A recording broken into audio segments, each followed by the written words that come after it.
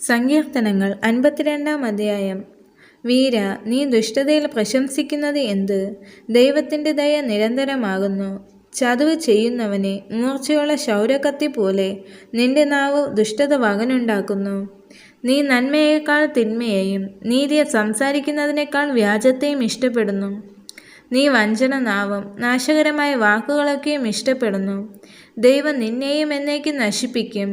നിന്റെ കൂടാരത്തിൽ നിന്ന് അവൻ നിന്നെ പറിച്ചു കളയും. ജീവനുള്ളവരുടെ ദേശത്തു നിന്ന് നിന്നെ നിർമൂലമാക്കും. നീതിമാന്മാർ കണ്ടു ഭയപ്പെടും. അവർ അവനെ ചൊല്ലി ചിരിക്കും. ദൈവത്തെ തൻ്റെ ശരണമാക്കാതെ തൻ്റെ ദ്രവ്യസമൃദ്ധിയിൽ ആശ്രയിക്കുകയും ദുഷ്ടതയിൽ തന്നെ താൻ ഉറപ്പിക്കുകയും ചെയ്ത മനുഷ്യൻ അതായെന്ന് പറയും.